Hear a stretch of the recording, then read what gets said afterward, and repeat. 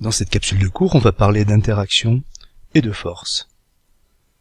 On peut se poser la question s'il n'y avait rien dans l'univers, si l'univers était vide, et si on décidait d'y placer quelque chose, un objet quelconque, par exemple un ballon de football, quel serait son mouvement?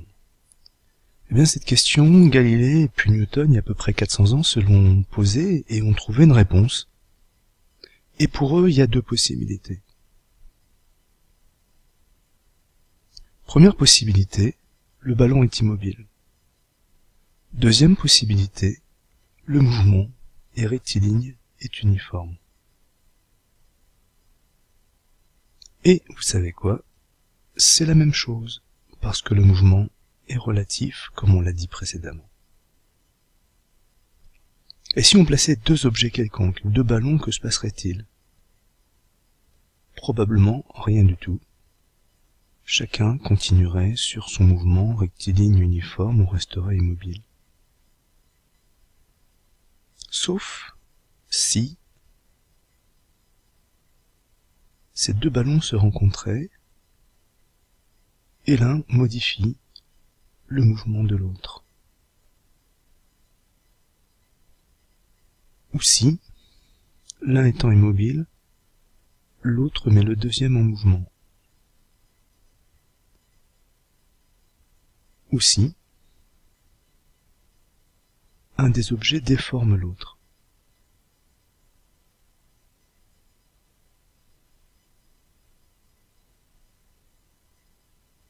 Ou enfin,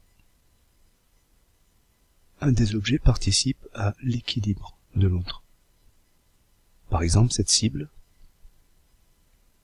permet à la fléchette de rester en équilibre. Eh bien, on dit qu'il y a interaction entre deux objets, quand et uniquement quand un des objets met l'autre en mouvement, un des objets modifie le mouvement de l'autre, un des objets déforme l'autre, un des objets participe à l'équilibre de l'autre.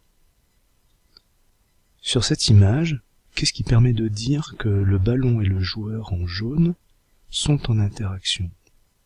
Il y a plusieurs réponses possibles. Visiblement, le joueur en jaune a modifié la direction et le mouvement du ballon, et visiblement, le joueur en jaune a modifié, déformé le ballon. On pense que ça peut être réciproque d'ailleurs, parce que il est probable que le ballon déforme le crâne du joueur. Sur cette autre photographie, qu'est-ce qui permet de dire que ces deux joueurs sont en interaction? Plein de choses. Il est probable que le joueur en blanc a modifié le mouvement du joueur en orange, il est probable aussi que l'un déforme l'autre, et il est probable aussi que le joueur orange participe à l'équilibre du joueur blanc. Donc ils sont bien en interaction. Alors un peu plus compliqué maintenant, regardons ce joueur orange, le numéro 18, et avec quel objet est-ce qu'il peut être en interaction? Alors visiblement pas avec les deux joueurs qui sont là, visiblement pas avec le joueur qui est là, visiblement pas avec le ballon parce que, pour l'instant, on ne sait pas s'il a modifié ou s'il va modifier le mouvement du ballon, il n'y a pas de déformation. Alors avec quoi est-il en interaction? Visiblement, il est en interaction avec la Terre, avec la planète Terre, parce que sinon son mouvement serait rectiligne et uniforme, et c'est la Terre qui va le faire retomber sur le sol. Et très probablement, il est aussi en interaction avec l'air, comme on peut voir par exemple là au niveau de son short.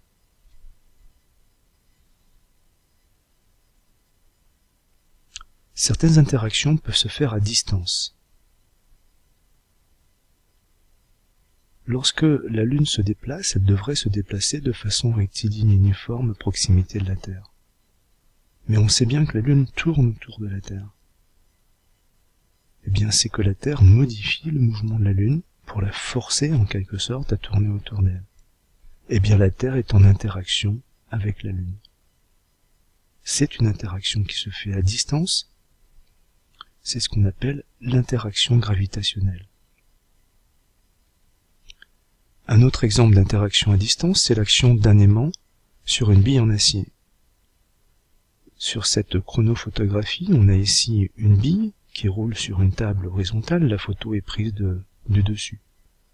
Elle a un mouvement qui est rectiligne uniforme, mais dès qu'elle approche de l'aimant, il y a une interaction qui s'effectue entre la bille et l'aimant, une attraction, et la bille change de direction, pour prendre une autre direction. Eh bien, il y a eu, ici, une interaction en distance entre la bille et l'aimant. Autre exemple d'interaction à distance, c'est l'action d'une paille frottée sur un t-shirt avec le filet d'eau qui coule d'un robinet. Alors là, c'est plus. Vous pouvez faire ça chez vous, hein. Vous prenez une paille, vous prenez votre suite, vous frottez la paille dessus, vous faites couler un fin filet d'eau, vous approchez la paille et sans que la paille soit au contact avec l'eau, vous allez voir le filet d'eau qui se dévoie. Et bien là aussi, une interaction à distance. Donc certaines interactions peuvent s'effectuer à distance, l'interaction gravitationnelle, l'interaction magnétique, les aimants, l'interaction électrique. Et on a ici un exemple d'interaction électrique. C'est une participante à une expérience qui se fait dans un musée scientifique, par exemple le Palais des Sciences à Paris.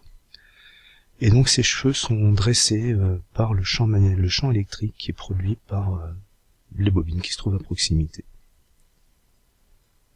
Le diagramme objet-interaction, qu'on appelle aussi DOI, permet de montrer les objets qui sont en interaction en les reliant par des flèches pleines. Dans ce cas-là, l'interaction se fait par contact, ou par des flèches pointillées. Dans ce cas-là, l'interaction se fait à distance. Reprenons cet exemple du joueur orange numéro 18, et essayons de construire le diagramme objet-interaction. Quels sont les objets qui sont à sa proximité? Il y a les deux joueurs qui sont là, le joueur blanc qui est là, le ballon, le sol, la Terre, évidemment, la planète Terre qui se trouve là. Donc on peut représenter tous ces différents objets par des petites ellipses. Ici notre joueur, l'air, le ballon, le sol, les deux joueurs qui se tiennent ici, la Terre, la planète Terre, le joueur blanc. Et maintenant on va se poser la question, avec lesquels de ces objets est-ce qu'il est en interaction? Alors pas avec ces deux joueurs-là, pas avec le ballon, pas avec le joueur 21, pas avec le sol. Par contre il est en interaction avec la Terre, et il est probablement en interaction avec l'air. Donc on va représenter ces interactions de la façon suivante. L'interaction avec l'air, c'est une interaction de contact, la flèche est pleine. L'interaction avec la planète Terre, c'est une interaction à distance, on met une flèche pointillée. Est-ce que vous sauriez établir le diagramme objet-interaction pour ce voilier? Vous pouvez mettre la vidéo sur pause, réfléchir et regarder la réponse ensuite.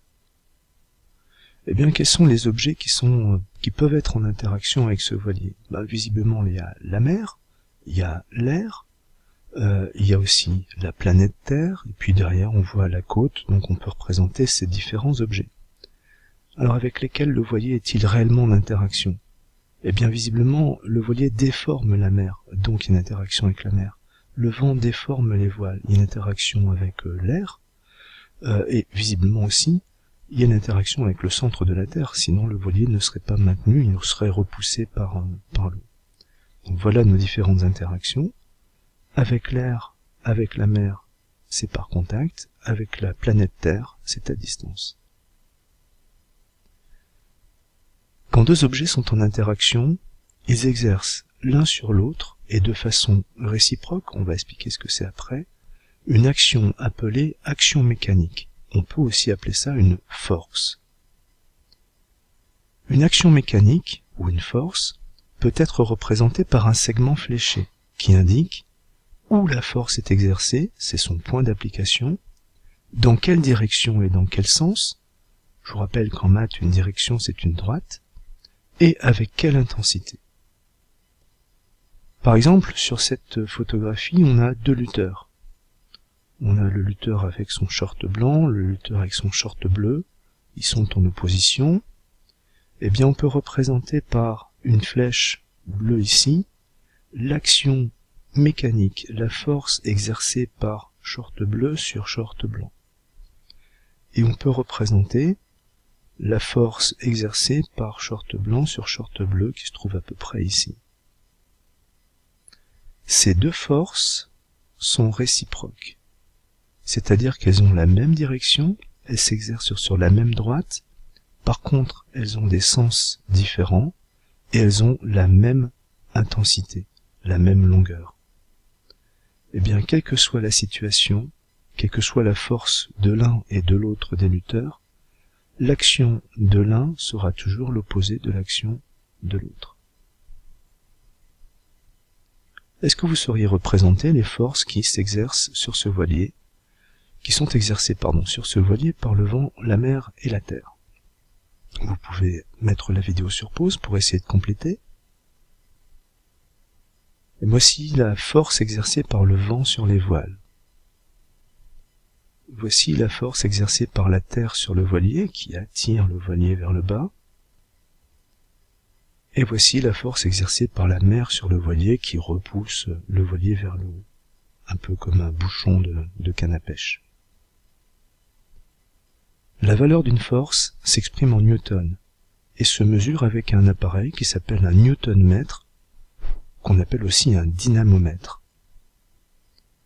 Par exemple, lorsque vous posez votre trousse sur la paillasse, sur la table, et lorsque vous tirez progressivement, vous voyez que il faut un certain effort pour que la trousse se mette en mouvement.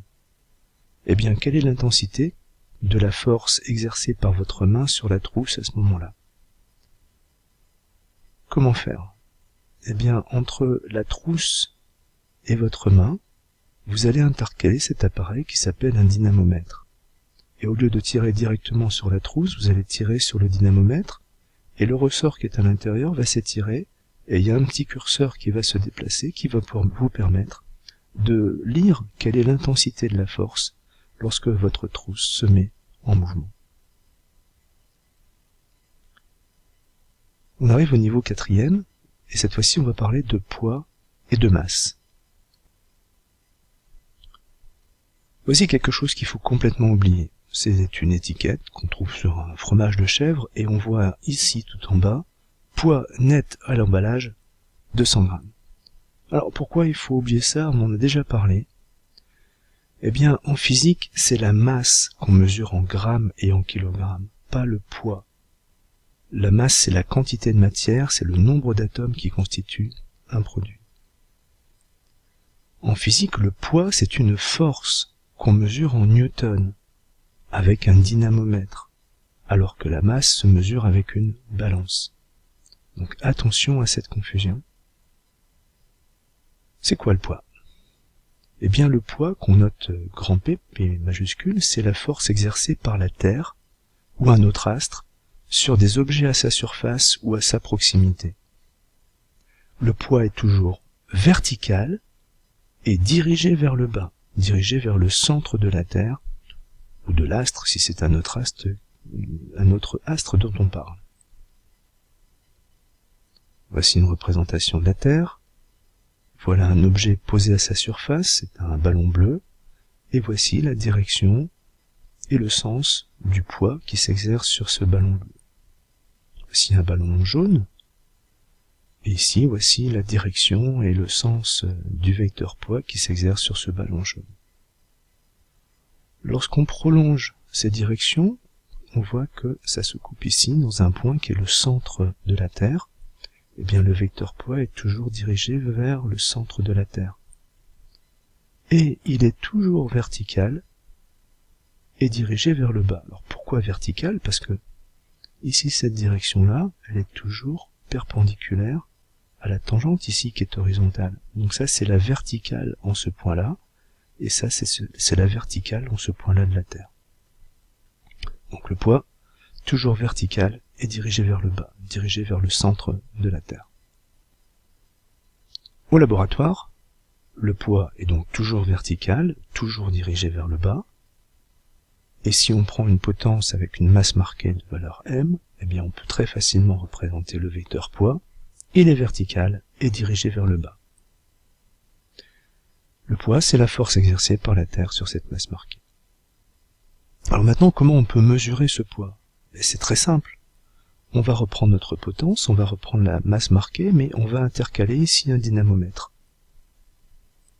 Le poids s'exerce sur la masse marquée, et c'est le dynamomètre ou newton-mètre qui nous indique la valeur du poids en newton. Dans une séance de TP, nous allons mesurer la valeur du poids pour différentes valeurs de la masse. On va faire un tableau et on montrera qu'il s'agit d'un tableau de proportionnalité. Et on demandera de tracer le graphique du poids en fonction de la masse. Qu'est-ce qui permet de confirmer la proportionnalité entre le poids et la masse? Eh bien, si tout va bien, ce graphique présentera une droite qui passe par l'origine et qui montre la proportionnalité entre le poids et la masse. Et puis à partir soit du graphique, soit du tableau de proportionnalité, on montrera qu'il est relativement facile de connaître le poids d'un objet à partir de sa masse, puisqu'il suffit de multiplier par 10. D'une façon générale, le poids, c'est la masse que multiplie une constante qui s'appelle petit g, qui est l'intensité de la pesanteur, et qui vaut environ 10 newtons par kilogramme à la surface de la Terre. Dans les exercices, on trouvera plutôt 9,81. On peut très bien arrondir à 10. Et ça, c'est ce qui se passe à la surface de la Terre. La masse petit m, on a dit tout à l'heure que c'était la quantité de matière, le nombre d'atomes. Eh bien, la masse est invariable. Un objet de 100 kg pèsera 100 kg où qu'il soit dans l'univers. Par contre, le poids dépend de petit g, l'intensité du champ de la pesanteur. Et g dépend de l'astre à la surface duquel on se trouve. À la surface de la Terre, on a dit que g valait environ 10 newtons par kilogramme, mais si on était à la surface de la Lune, g vaudrait environ 1,6 newtons par kilogramme. Et enfin, à la surface de Jupiter, g vaudrait par exemple bien 25 newtons par kilogramme. C'est-à-dire que la masse ne va pas changer à la surface de la Terre, de la Lune et de Jupiter, par contre le poids va changer. Alors quelle serait la conséquence sur un astronaute, dont la masse est 200 kg, quand il se déplace à la surface de la Lune? Eh bien cet astronaute, à la surface de la Terre, il aurait un poids d'environ 1000 newtons. Et ses muscles sont habitués à faire en sorte de lutter contre ce poids de 1000 newtons. Maintenant, s'il se retrouve à la surface de la Lune, le poids correspondant n'est plus que d'environ 160 newtons. C'est-à-dire qu'il a des muscles qui sont à peu près 6 fois plus puissants que nécessiterait son poids sur la Lune. Donc il va pouvoir faire des sauts énormes, des sauts très considérables, et se déplacer en bondissant comme on le verra dans une vidéo en cours. Nous arrivons au niveau 3e, et on va parler d'interaction gravitationnelle. Newton, il y a à peu près 350-400 ans, nous dit que deux objets s'attirent de façon réciproque, même à distance. C'est ce qu'on appelle l'attraction gravitationnelle ou la gravitation universelle. Alors, ce même à distance, pour nous, ça semble pas quelque chose de très choquant, parce que lorsqu'on regarde des aimants, on voit que ça s'attire à distance. Mais pour Newton, c'était un problème beaucoup plus compliqué de pouvoir imaginer que la Terre, bien que très lointaine, attirait quand même la Lune. Alors voilà, Newton, qui est représenté ici sur ce petit schéma, il se pose une petite question et il a un petit problème. Imaginons la Terre, posée dans rien, dans l'univers. Imaginons la Lune, posée dans rien, posée dans l'univers. Galilée et lui-même savent que, théoriquement, la Terre devrait avoir un mouvement rectiligne. La Lune devrait avoir un mouvement rectiligne et uniforme si elle est en mouvement. Or, on le sait, la Lune a un mouvement circulaire autour de la Terre. C'est donc qu'il y a une interaction. C'est donc que la Terre exerce une force sur la Lune. Mais quelle force? Si c'était une fronde, il y aurait une ficelle ici, et il y aurait une ficelle qui retiendrait la Lune. Et Newton se pose la question de la nature de cette force qui contraint la Lune à tourner autour de la Terre. Et l'histoire dit que c'est en voyant tomber une pomme qui se dit, eh bien, puisque la Terre agit à distance et attire la pomme vers son centre, pourquoi la Terre n'attirerait pas aussi la Lune vers son centre? Et cette force qui s'exerce sur la pomme, et cette force qui s'exerce sur la Lune, Newton se dit, c'est probablement la même chose. Et cette gravitation est universelle et s'applique à tous les objets dans l'univers. Alors il le formalise de la façon suivante. Il dit, prenons deux objets, un objet A de masse A, un objet B de masse B, et intéressons-nous à la distance, non pas entre ces deux objets, mais la distance entre leurs centres. Faites attention, la distance dont on parle, c'est la distance entre les centres. Cette distance, on va l'appeler petit d. Eh bien, Newton représente les deux forces, la force exercée par B sur A et la force exercée par A sur B, et dit, eh bien, ces forces sont réciproques. Puisqu'il s'agit d'une interaction, ces forces sont réciproques. C'est-à-dire qu'elles ont la même direction, la même droite, elles ont des sens opposés, et elles ont la même intensité. Donc ce corps B, qui semble beaucoup plus important que le corps A, attire autant A que A n'attire B. Et Newton formalise tout ça dans une formule qu'on vous demande de connaître, qui nous dit que l'intensité de la force exercée par A sur B est égale à l'intensité de la force exercée par B sur A. C'est égal au produit d'une constante, qu'on appelle constante de gravitation universelle, qui vaut 6,67 10 puissance moins 11. Bien sûr, cette valeur sera donnée dans les énoncés. Ne faites pas trop attention aux unités qui sont un petit peu compliquées. Que multiplie le produit des masses de A par la masse de B, et que divise le carré de la distance qui les sépare. Qu'est-ce que globalement ça signifie, cette histoire-là? Ça signifie que si les masses des objets augmentent, eh bien l'interaction gravitationnelle augmente. Ça signifie aussi que si la distance augmente, comme elle est ici au diviseur, l'intensité diminue. Donc plus les astres s'éloignent, plus l'intensité est faible, plus les astres sont gros, plus l'intensité est forte. Eh bien, en quatrième, on a parlé de poids.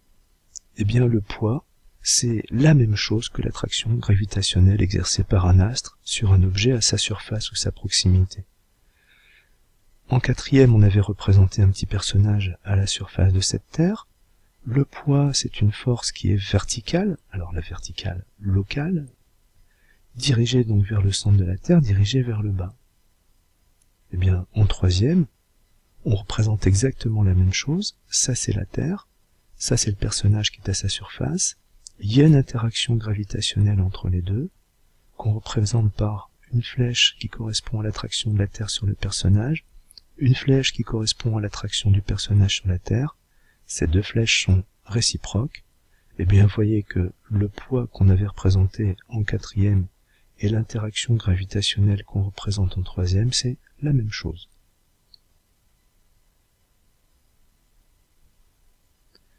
On vous demande en troisième de savoir appliquer la loi de gravitation universelle. Par exemple, eh bien, on vous demande de calculer l'interaction gravitationnelle entre la Terre et le Soleil. On nous donne quelques informations, la masse de la Terre, la masse du Soleil, la distance Terre-Soleil, l'intensité de la constante de gravitation. Et on nous demande de calculer l'intensité de cette force. Alors comment faire? Première chose, se souvenir de la formule que nous donne Newton, que vous devez connaître, et vous devez savoir qu'ici la masse s'exprime en kilogrammes, vous devez savoir qu'ici D s'exprime en mètres. Et vous voyez qu'on a un petit problème. C'est que la distance Terre-Soleil est ici donnée en kilomètres, alors qu'il faudrait l'exprimer en mètres. Donc vous allez devoir faire une première conversion. Alors la distance Terre-Soleil, 150 millions de kilomètres. 1 kilomètre, c'est 1000 mètres. Eh bien, pour faire la conversion, ne cherchez pas de complications. Vous remplacez le kilomètre par 1000 mètres. Ce qui fait 150 milliards de mètres. Alors on peut le laisser comme ça, mais moi je vous suggère plutôt d'utiliser les puissances de 10. Alors qu'est-ce que ça représente en puissance de 10? On va compter les chiffres qui sont derrière le premier. Il y en a 1, 2, 5, 8 et 11. Eh bien ici c'est 1,5 10 puissance 11 mètres. Avant d'aller plus loin, on va peut-être s'intéresser à nos calculatrices et essayer de taper correctement les puissances de 10, et on va essayer d'entrer correctement un nombre au carré. Si vous avez une calculatrice de type Casio, elle possède une touche x 10x qui correspond à la puissance de 10. Par exemple, pour entrer 6,7 10 puissance moins 11, vous tapez sur le 6, vous tapez sur le virgule, vous tapez sur le 7, vous tapez sur le x 10x et vous tapez moins 11.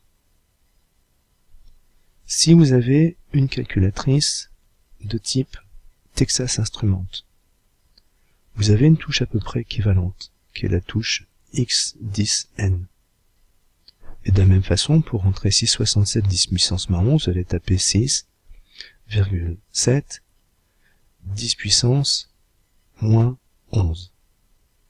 Attention, il y a une petite spécificité sur les Texas Instruments, c'est qu'il faut surtout pas appuyer sur la touche moins.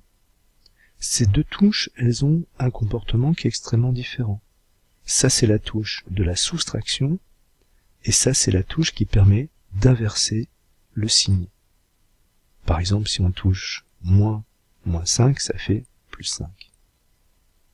Donc, dans les puissances de 10, là, c'est pas la soustraction. C'est la touche d'inversion de signe qui se trouve là. Pour taper le carré, c'est très simple, vous avez sur votre Casio une touche x carré. Pour entrer 3,5 10 puissance 24 au carré, eh bien c'est 3,5 10 puissance 24 x carré, c'est tout. Vous n'avez pas forcément besoin de mettre de parenthèses. Si ça vous rassure, vous pouvez mettre des parenthèses, mais c'est pas indispensable, ça marche sans parenthèses. De la même façon, sur la Casio, vous avez la même touche, x carré. Donc toujours pareil, pour taper 3,5 10 puissance 24 au carré, 3,5 10 puissance, c'est la touche 10n 24, x carré, vous avez votre résultat. Là encore, on n'a pas besoin de parenthèses, mais si vous voulez, vous pouvez entrer vos parenthèses. Alors revenons à notre exercice. Eh bien, on a toutes les données maintenant, on a la masse de la Terre, la masse du Soleil, la constante de gravitation universelle. On a converti la distance Terre-Soleil en mètres, il nous reste à faire l'application numérique. G est connue, la masse de A, c'est par exemple la masse de la Terre, la masse de B, c'est par exemple la masse du Soleil, la distance, c'est ça qu'on ne doit pas oublier de mettre au carré. On tape sur sa calculatrice, et on a un résultat qui peut être assez compliqué à lire, avec des dizaines ou avec des E, des 10 puissance n, des E. En fait, ça signifie 3,5573 10 puissance 22, ou 3,5573 10 puissance 22. Le nombre de chiffres significatifs peut être important, mais il ne faut pas hésiter à réduire et à arrondir les chiffres significatifs. Pas les puissances de 10, hein, les chiffres significatifs qui sont là. Par exemple, on peut ici arrondir à 3,6. 3,6, 10 puissance 22. Et lorsqu'on est arrivé à cet endroit-là, il y a quelque chose qu'il faut surtout pas oublier. C'est l'unité, parce qu'on vous a demandé de chercher l'intensité d'une force. On a fait tous nos calculs et on a oublié ce qu'on cherchait et on marque notre résultat sans y penser. Donc il faut faire un petit effort de penser à bien préciser l'unité de notre résultat. Allez, on termine par un petit exercice. Si on considère que vous avez une masse d'environ 50 kg, montrez que l'attraction gravitationnelle exercée par le Soleil sur vous-même, alors que vous êtes sur Terre, petite faute, vaut environ 3 newtons. On vous conseille de faire un schéma, de rechercher dans les diapositives précédentes les informations nécessaires. Ensuite, on vous demandera de calculer l'intensité de votre poids, sachant que vous avez une masse de 50 kg à la surface de la Terre. Et enfin, on vous demande de comparer votre poids, c'est-à-dire l'attraction gravitationnelle exercée par la Terre, avec celle qui est exercée par le Soleil. Alors, correction. Voilà un petit schéma. Ça c'est vous avec votre masse d'à peu près 50 kg, ça c'est le Soleil avec sa masse de 10 puissance 30 kg. La distance qui vous sépare, c'est la distance entre la Terre et le Soleil, puisque vous êtes à la surface de la Terre. On doit appliquer cette formule. Est-ce qu'on a toutes les informations? Oui, parce que G sera de toute façon donné. Les masses ici, on les a repérées, et la distance, on l'a repérée. On peut faire notre application numérique, et on retrouve effectivement quelque chose comme 3 newtons. Ne pas hésiter à faire des arrondis. Quel est votre poids? Le poids c'est m fois g. À la surface de la Terre, g vaut à peu près 10 newtons par kilogramme, si on veut 9,80 pour être un peu plus précis. La masse 50 fois 9,81, ça fait à peu près 490 newtons, on peut aussi arrondir à 500 newtons. On demande de comparer les deux. L'interaction exercée par le Soleil, elle est très faible par rapport à l'interaction exercée par la Terre. La traction gravitationnelle exercée par le Soleil est beaucoup plus faible que la traction gravitationnelle exercée par la Terre. Pourquoi? Ça peut sembler bizarre, parce que le Soleil est beaucoup plus gros et plus lourd que la Terre. Et oui, mais le Soleil est aussi beaucoup plus loin que la Terre. Et donc ici, c'est la Terre qui l'emporte, l'attraction gravitationnelle exercée par la Terre qui l'emporte. Voilà, c'est terminé pour cette vidéo. Merci.